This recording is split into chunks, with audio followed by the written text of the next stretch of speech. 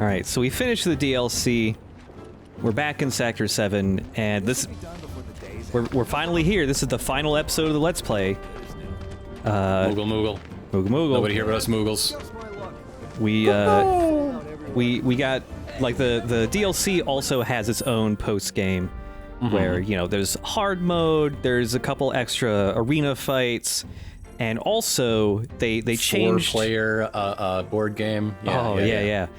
So, yeah, the Fort Condor stuff in hard mode has been changed, just like the boss fights get changed in hard mode.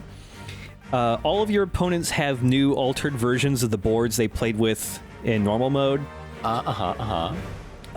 So it's either, you know, their stats are a little better, or they have a different layout of, you know, game pieces they're using, and or their AI is just better and more aggressive. Right, yeah. So we won't be, like, checking out all these. I'm just going to show two off. I'm going to show off Kyrie, and then we'll just fight hard mode Chadley. Yeah, of course. You have to fight Chadley. He's getting too big for his britches. You got to show him who's boss. Yeah. Yeah, there's also some rule changes to how Fort Condor works in hard mode. In normal mode, you could win just by having the person with the most remaining, like, outposts left. So even if you didn't take out the opponent's, like, big bird in the middle, if you took out one of their smaller birds and you had all yours left, you won. No longer the case. You have to kill the big bird or you lose. You have to kill Big Bird. You have to kill Big Bird. Your mission, should you choose to accept it, you have to kill Big Bird. Well, I'm working on getting some dogs to bite Big Bird right now, so... And this is how we finally defund PBS. Yay! Now what can we do with that money? You can buy one gun. Yes! One big gun. It's not that big. Just one gun. Fuck you, children. And yeah, there's also rule changes to... like, there could be sudden death, where if you were tied at the end, you would go to sudden death, and your gauges, both yours and your opponents, would just fill up really fast, so you just crank out units really fast. That has also changed, so if I remember correctly, there is no sudden death. I think it's just straight up like, hey, if you don't take out the big bird in time, like, you just lose. And, like, most of the updated Fort Condor opponents aren't too bad. The thing is that there are no new boards for you to get. You have to deal with what you got. So, like, using the assassin board here, that I was able to just wipe through most of the opponents pretty easily before. The assassin board isn't the greatest board to use now. Like, yeah, it can have lots of units. Yeah, it has lots of ATB and it recharges really fast. But you don't have any materia using that board. And also, it's actually kind of a disadvantage at a certain point to have so many units in your board, because once you use a unit, you can't use it again until you cycle through all of the other ones first. Yeah, it's basically like having a large deck of cards. Fuck, I can't draw the one I really need right now. So actually going with something like, I forget which board I'm using here right now, but only having, like, I don't know, like 5 or 6 units in here instead of the maximum 8 makes it a lot easier to pull up dogs when I need them to bite the big bird. Yeah. Also materia here to both put a regen spell to heal my guys and a protect spell on top of them so they take less damage while healing themselves. That's like the main strategy of this board I'm using, is just to get here and then plop down those 2 spells so they can't die. Yeah, but doing the Fort Condor stuff in hard mode gets you more skill books that get you more skill points. Yes. Yeah, because just hitting the level cap of 50 doesn't get you all the skill points you need to level up your weapons to max. And of course, there are still other game pieces to get if you didn't get them on your normal run through. There is actually one new board to get that I could have gotten on my normal playthrough. You can get Chadley's board after you beat him. The Grandmaster board. Grandmaster board. And like, And you need all those skill points because eventually you're gonna fight Weiss, and you want that to go quick before he tells you about his taste in how, you know, anime's really only good when there's a high body count. That's how I measure. That's how I measure quality. How many people die in it? They don't even have to be named people. Yeah, that is his taste in anime. You're right. So yeah, going up against hard mode Chadley with a Grandmaster board. It's the only way I can manage to beat him is with this fucking board. on hard mode, at least. Yeah, despite him having like the facility units that crank out tons of guys and stuff. You mean cheating? Yep, you said cheating. it before. We can say Chadley's a cheater. Yep. Actually, the best units to use are like the most basic ass ones because they're all really cheap, and so you can crank out specific guys to like go straight ahead instead of having to make a facility and wait for the guys to slowly crank out.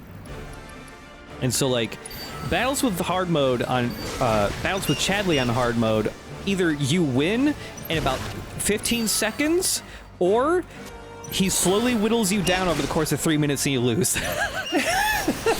And no matter what, whenever you get up to his big bird, it just becomes a clusterfuck of every enemy being just like, look at this, what's happening? I think you're winning. Yeah, I've got 2 dogs, they're both about to bite the big bird. I'm good. And the 2 materia spells, there's 3 materia spells with the Grandmaster board. There's lightning, which just does a lot of damage. There's arrow, which does damage over time. And then there's the stop spell, which just freezes enemies from attacking for a little bit. If the ninja have all these secrets, should they be publishing them in a 7-volume set? You know? Probably it's not secrets anymore. Yeah. If Harper Knopf knows them, they ain't secret. There was one really enterprising ninja who decided to dispel all of the secrets and make a bunch of money while doing it. You know, like the masked Secrets magician. Of the Masked Ninja. Yeah. And also on hard mode, when you go to like the very beginning of the Shinra facility in Chapter 2, there is a new arena that you could not get to before. And it's not like as big of an arena as the ones from the main game. There's only 3 fights total in this one. But yeah, now that we've hit this point, like I didn't max out any of their weapons. I didn't go through Chapter 2 to get the remaining skill books there or anything. But as long as you've got the majority of them, you can get through the super boss in here just fine. You don't have to max out everything. But before we can unlock the super boss, we got these other 2 fights first. Okay. If you're putting them in a public access VR fight, it's not secrets. No. It's not secrets.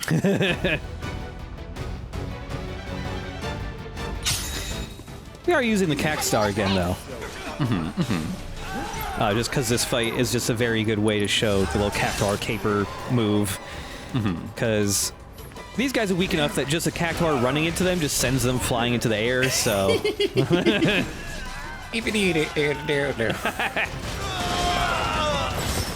Call that a callback. It's the last video of the series. Another one.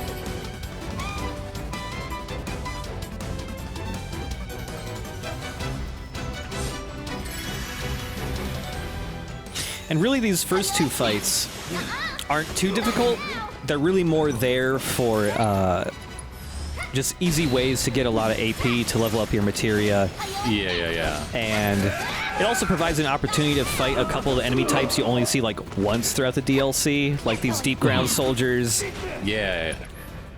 I don't know. I never thought of a guy with helicopter hands as Shinra's dark secret. They send those guys out all the time. I think that's one of the helicopter guys that has the ability where they can disperse like gas out of their hands. It's just got to be like a war crime thing, really. Just biological something weapons. Shinra's never been secretive about. It's practically in the advertising. Yeah. Oh, that reminds me. While I was like recording this footage and just like leveling up off screen and stuff, I heard a couple new NPC like comments in Sector 7 that I had never heard before. Trains? No. One of them was about a kid who decided he knew what was going to be popular this year. He says something along the lines of, you know, I've called it. What's going to be popular this year is going Moogle mode. What does that mean? Going Moogle mode? I mean, Yuffie's ahead of the curve, then. Yeah. She's the most Moogle-pilled of all of our characters. I guess so, She's yeah. a Moogle cell.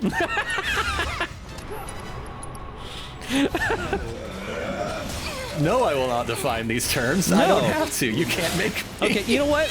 That's fair, though, because anyone who thinks up of any blank cell term, they don't know what the fuck it means either. No one knows. No one cares. You see that shit where somebody who's way into AI art called people who draw cells and paint pigs? What the fuck is this shit? You don't know what words you're saying out of your stupid ass mouth.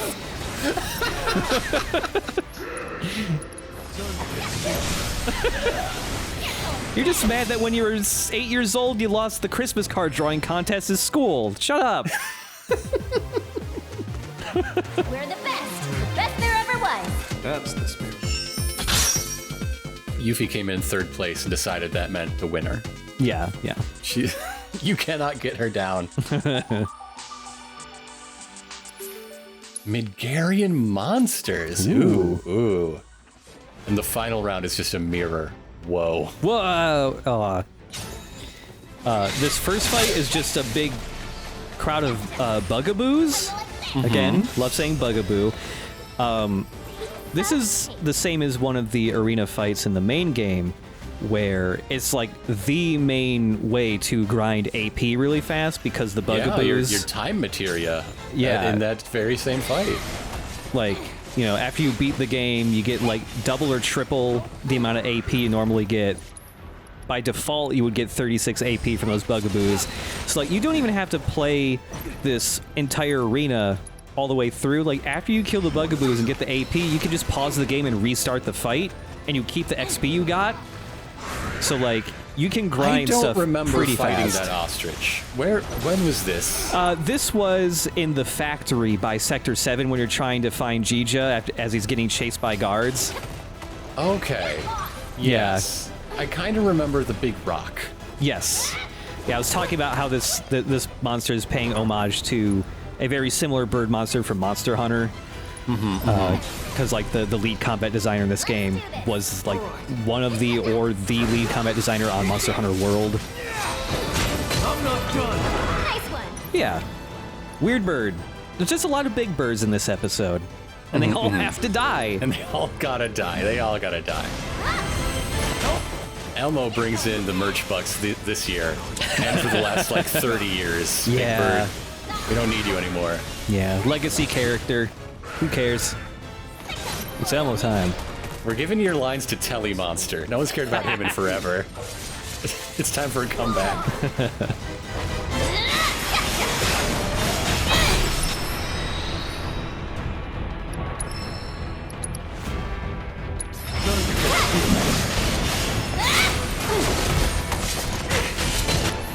I think it's really weird.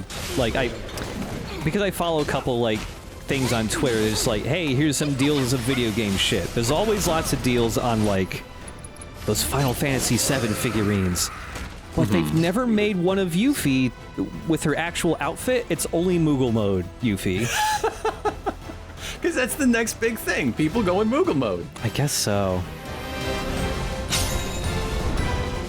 They're trying to, like... You make a prediction, then you force that prediction to become true. Yeah. And it looks like you're really good at predictions. Yeah, yeah. That's the scam. That's the scheme here. I don't buy it. No Moogle mode. No Moogle mode. I'm not doing it. Yeah.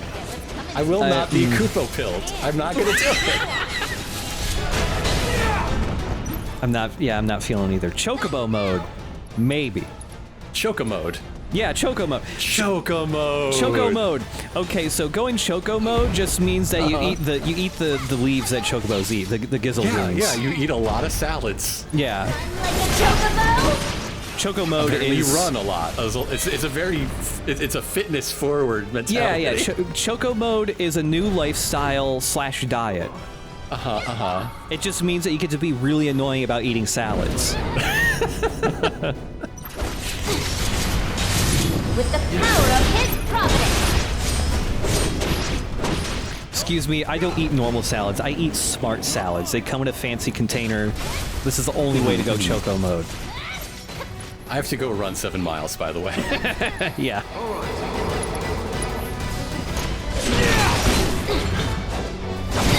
Don't pull any punches. Nice one. Get lost. I have to go start an internet subculture based around this. Is it highly toxic and perhaps a little cult-like? I don't know. There's a lot of Watch money. out for guys named Sam. Yeah. Thanks for that. He's just mad because he tried to start his own thing and it didn't work out. Yeah, kidnapping people. Yeah. It did not go well. Look, I've been seeing a lot of examples on the news lately. You can be any type of scumbag and get famous from it, so I want to go public with being a human trafficker, and I want to make a whole thing around it. What do you mean you're raiding my house? I was filming a new rap video! Well, Cloud, if you want to come on down to Sector 8, I'll show you my Bugatti.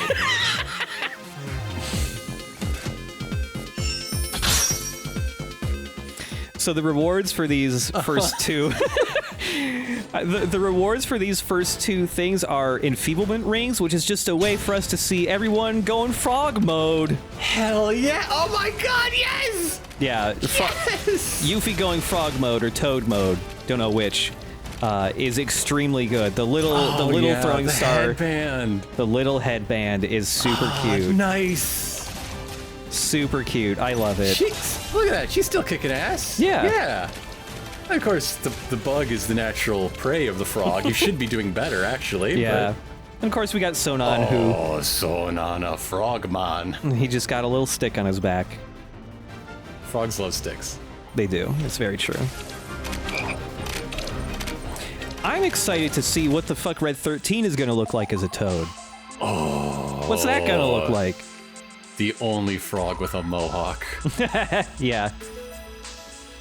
Do not set your frogs on fire as part of the visual development process. Please do not do this. Yeah, let's not. So this is the actual super boss fight in the DLC arena. It's 3 fights in a row. It's summons plus one extra guy at the end. Yes. So you have to have your assess materia Well, Try and keep the, up. the playing with one slot behind your back. yeah. How you like this? Uh, Goes the ninja. and so this means, yeah, we gotta fight hard mode Bahamut with only 2 people instead of 3 like last time. Yeah, seems bad. Yeah,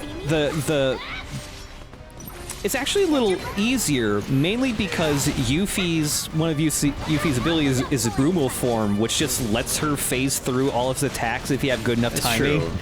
There are the ways that Yuffie's built as a character that she's basically 3 people. Yeah. And Bahamut still works the same way where, you know, he has that countdown leading up to his big Mega Flare attack, and when he's counting down and like charging up to that attack, if you hit him hard enough, he gets pressured. There's a little trick to like filling up more of his pressure gauge each time you do that, which is like, you know, he's pressured and he just kind of slumps Ask down. him to call his mom. Yeah. Tell him it's her birthday and he forgot. Oh yeah, really guilt him.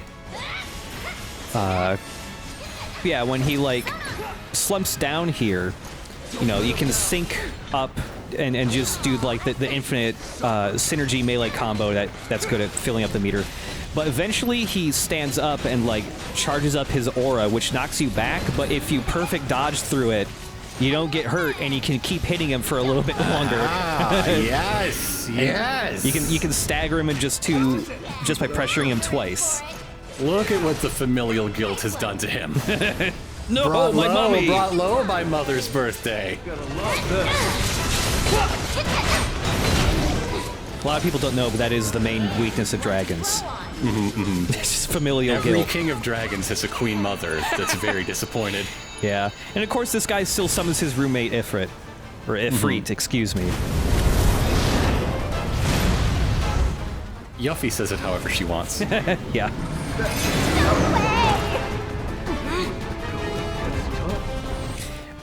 Also with the materia setup I have with this one, Yuffie has the fire and elemental materia linked up in her armor slot, so Ifrit can do 0 damage to her this entire fight, because all of his attacks are fire. He doesn't have a single non-fire attack. Like, really the danger in this fight isn't so much Yuffie getting owned, it's Sonon getting owned. Because he cannot perfect dodge through things like I can. The first time I did this, like, infinite synergy melee combo, I thought I broke the game. It's like, should I just be going forever like this? But nope. Very intentional. There you go. Back to it. Hey. Come on. You didn't give me a share of the rent. Why'd you have to do that?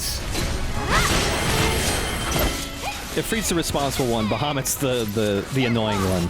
Yeah. He's the layabout who won't get a job, doesn't call his mother on his birthday. The cable is in his name. Do you understand how hard this is gonna be? It's extremely fun just be able to sit here and just mash the button and Ifrit's just punching me over and over and nothing happens when he does so.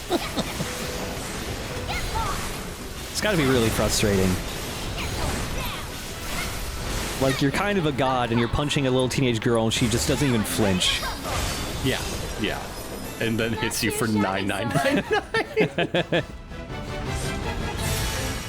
Oh, it's time for my revenge. It's too many house Wake calls. me from my 1,000-year slumber, will you? We called him way too many times at the end of the DLC, like, understandably very upset.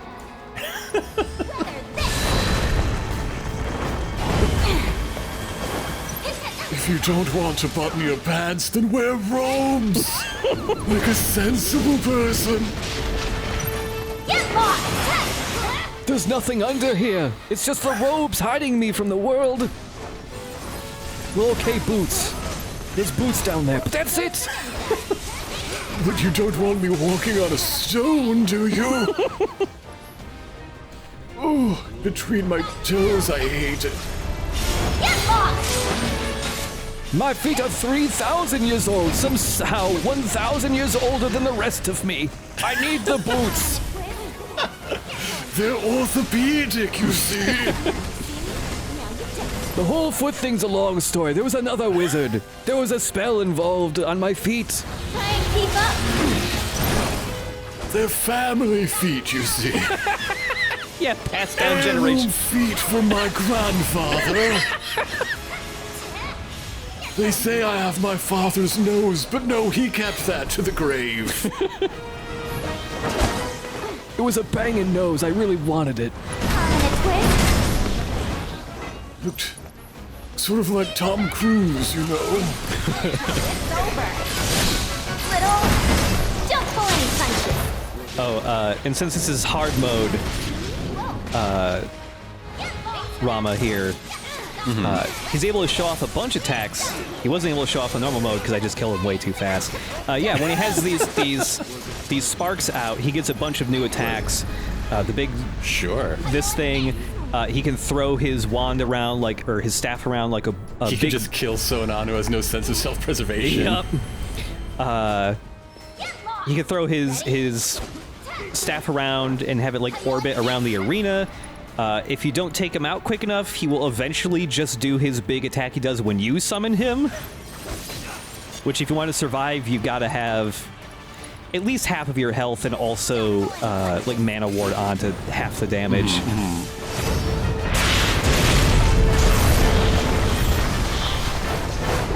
And there's still one more attack he has that he never showed off, which is a shame. I thought it was the coolest looking one.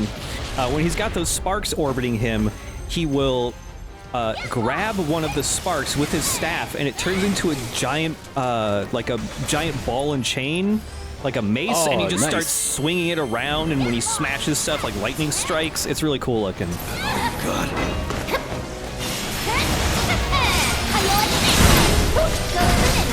Really, I think he's just jealous of anyone with better skin than him. Which is any living person with skin.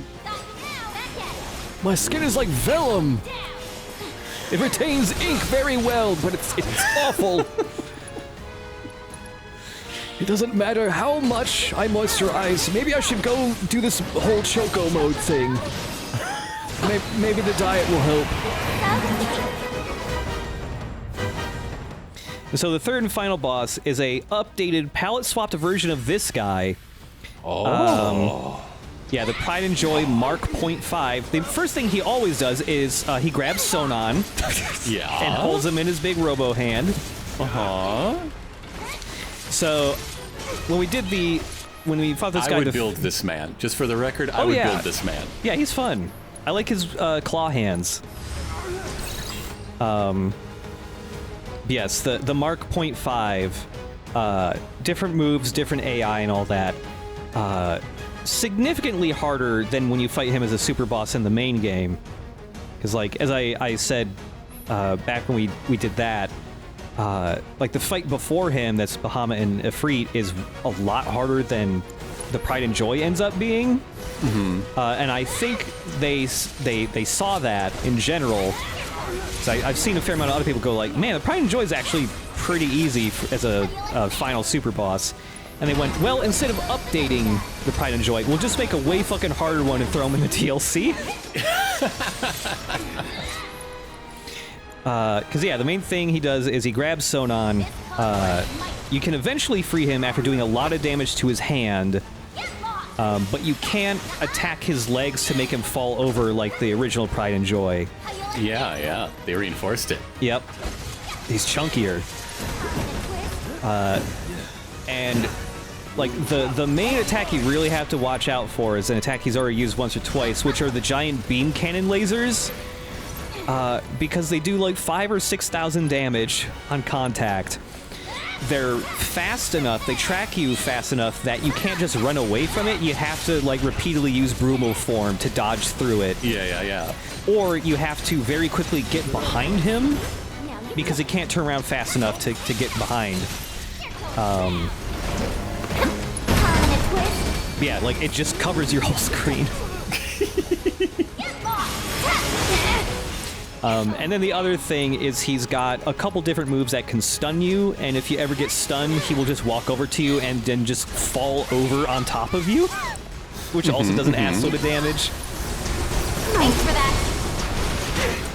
Yeah, if you get hit by any of his smaller lasers and you're not dodging or rolling or blocking or whatever, like, yeah, you will get stunned by it. You can get stunned multiple times in a row before you can recover, which really fucking sucks.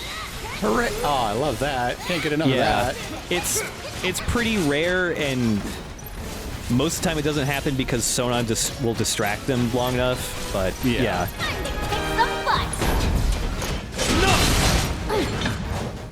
to kick some butt.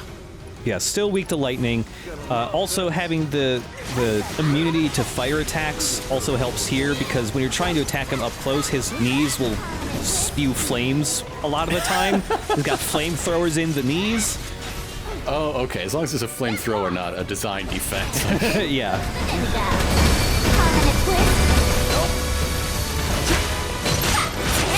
Got you now. How you like this?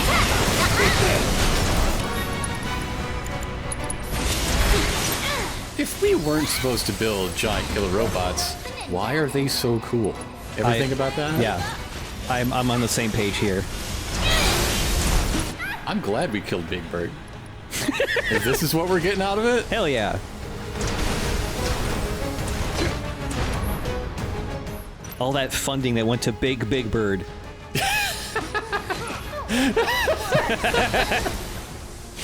I'm glad that joke made sense.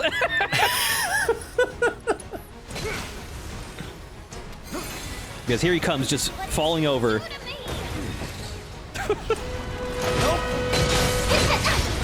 Come on! How do you like this harmonic twist? And also, just to be super safe, summoning the wizard one more time. That's your cue. Oh, I'm glad we patched up our differences. Okay. I like that by the end of this Let's Play, Rama has been the guy who's been summoned the most by far. He's here every episode, man. I was just playing cards with Fat Chocobo. He's so chill. Cheats like the Dickens, though. He'll lend you weed from his stash, no questions asked, and he doesn't ask for anything in return. And I need a lot of it because I'm so big, and so is he. We're both big. We need so much weed.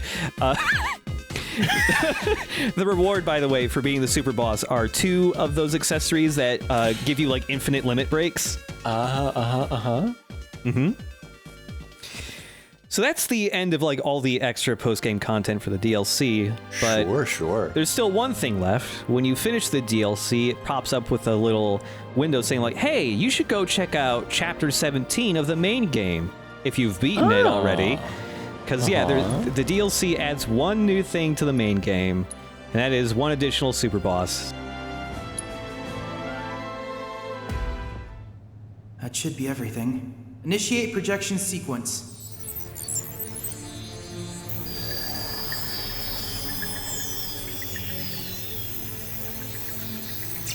What do you make of your new form, Vice? We've replicated everything about you, from thought patterns to stress responses. You should, however, notice some improvements due to my latest update. Indeed, I'd venture to say you're stronger now than you've ever been. Stronger than I've ever been. A big claim, little man.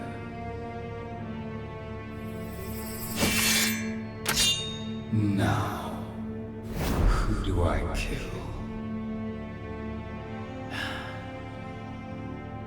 Given that this is merely a training exercise, no one. We'll see.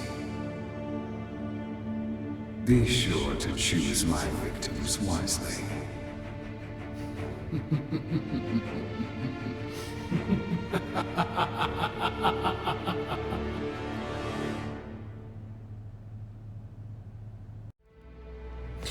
Hey, folks, I hear there's a weird guy in that room over there.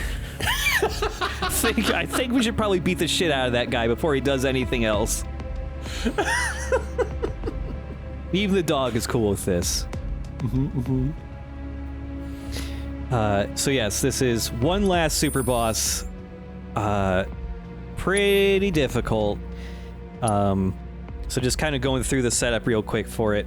It's been so long since been we've so seen our long. main boys. I know, it's weird, right? They're all boys. Yeah. Tifa, Aerith, they're all boys. Yep. They're all bros. They're all part of my boys. Yeah. The gang, the boys. So yeah, for both Cloud and Tifa, we're going with their weapons that deal the most damage, trying to boost their attack stats as high as possible. And for the setup for the whole party here, there's a lot of stuff that gets shared between everybody.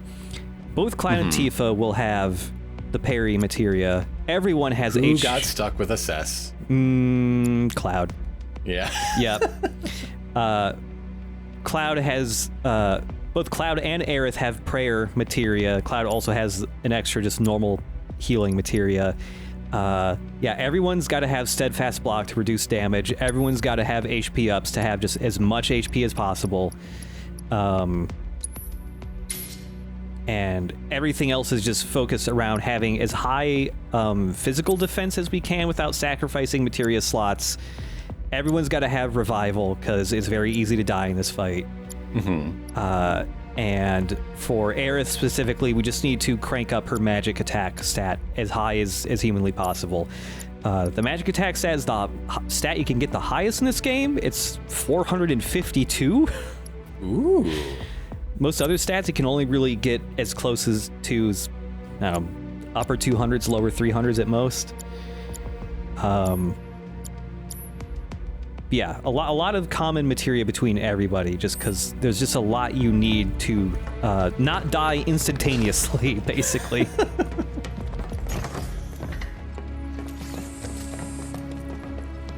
Cloud, we've added a new individual's data to the combat simulator. I can't divulge any details, but I can say its existence is both highly classified and extremely dangerous. To be completely honest, I had some misgivings about implementing it. Even now, I'm still not entirely sure I made the right decision. However, I do believe that engaging it in combat will yield vital information. And who better to extract that information than you, Cloud? If you're willing to try, I'd appreciate the help. Don't even talk to him. Don't say a word to Chad. No. It's just... He's going to be talking the whole fight in the background, commentating. Just tune him out. Yes, the new fight is 3-person team versus the Immaculate One. Oh. Hard mode only, and you're not allowed to bring in the accessory that gives you limit breaks. Oh, no. But if you beat this, you do get 2 more of those accessories. Yeah, and it's yeah. extremely fun to steamroll everything with non-stop limit breaks. Oh, dolphins everywhere. Oh, yeah. They shall be slashed, strangled, and slaughtered. Beaten, stabbed, and crushed. Garroted and impaled. Shot and executed without mercy. Now, Let the hunt begin. Gun katana. Yes, his katanas. Gun katana. His katanas shoot bullets. It's true. Come on, whatever. So fighting Vice is like if you were playing this game and suddenly Dante from Devil May Cry jumped in. Mm-hmm. Now featuring Dante from the Devil May Cry series. Yes. Exactly, yeah. So if we check Vice out, again, unable to read. Mm-hmm. Got to really do something about literacy in Midgar. But yes, he is the leader of the deep ground unit. He has greater resistances to both magic and physical damage, so basically when you hit him, you do like single points of damage. And Assess does not, like, this is a puzzle fight. You got to figure out the ways to get him pressured. Right. All of his... he has the ability to stab. Yes, stab. All of his attacks here are physical based, so again, that physical defense stat is why we wanted it so high. And also, just applying barrier to the whole party when you can to cut his damage in half, essentially. But yeah, all of his attacks many of his attacks can juggle you. But he's got a couple unblockable attacks, like that crosswise cleave, where, like, if he whiffs it, like, if you just dodge out of the way of it, or he doesn't hit you in time, he becomes pressured. And the easiest... And if you don't do that, Cloud becomes dead. Yeah, a lot of his attacks turn into, like, very long combos that you can get stuck in. The good thing is, he's weak from the back, so if he's pressured and you hit him in the back, he gets juggled. Like a little dumb idiot, maybe? And so having Tifa in your party for this makes this fight a lot easier to handle because he's super aggressive. He always chases after whoever you're controlling. Yes. With Tifa's parry, you can just slide out of the way of him non-stop as he whiffs attacks. The ultimate warrior's greatest weakness, a woman. No! No, I was never trained for this. Damn it!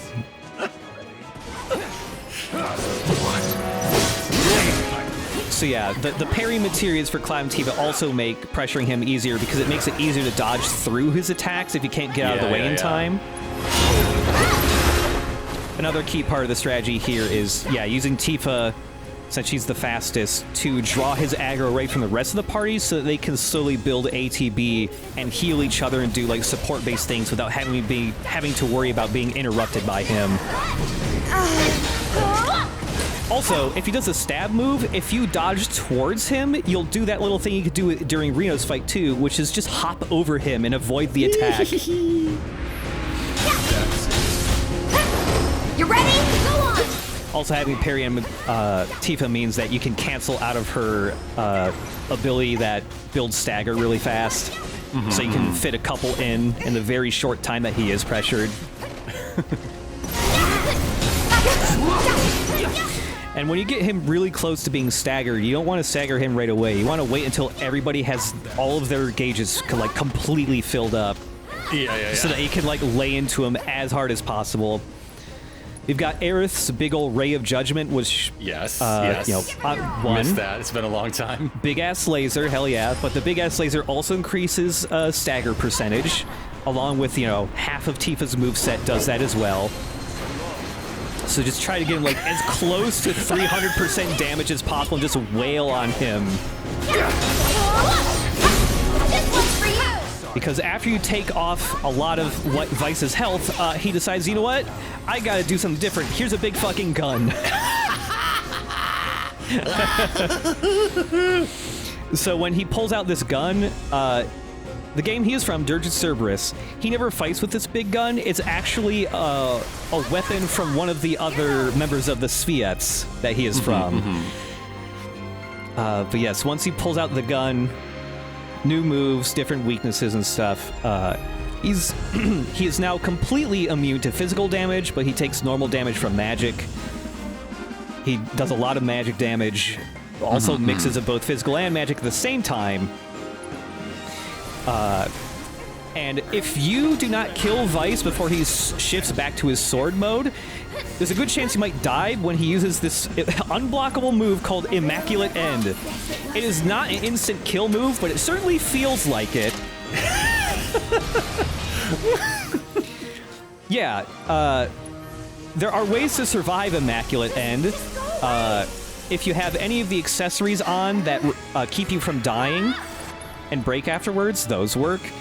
If you have weapons equipped that have the reprieve skill learned and you haven't died yet, those people will survive that move.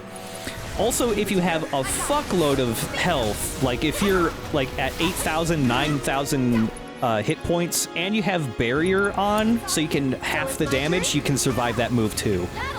Sure. But good luck.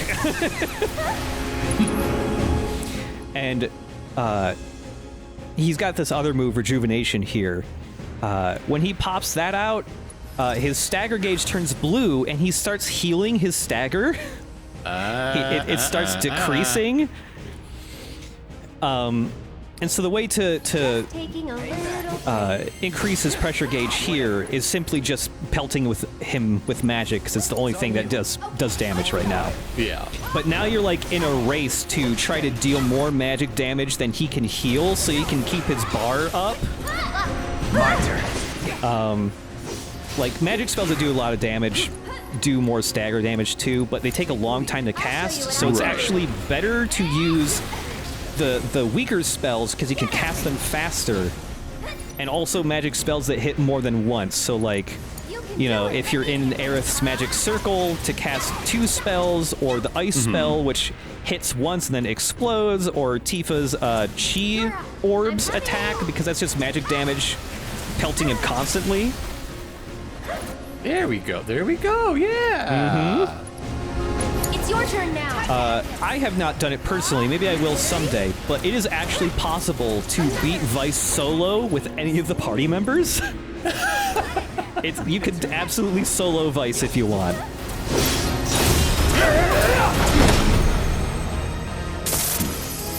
So, this is what's possible when you transcend the flesh. Good to know.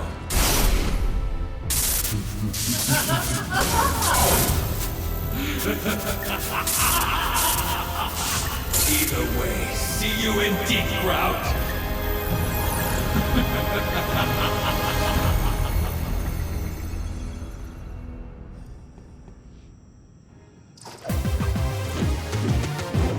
It's a win, but still. But yes, the little bit there showing Hojo and all that too. Another just wink and nudge towards fans of Dirge of Cerberus. Not a surprise that Hojo may be involved with emailing super soldiers. Emailing very annoying super soldiers. Oh yeah. And so that's the final super boss. That's everything Final Fantasy VII Remake has, which is to say a lot of stuff. You're all Goddard-dammeranged up. You're boom Howard to the teeth. Goddard-dammerang, Bobby.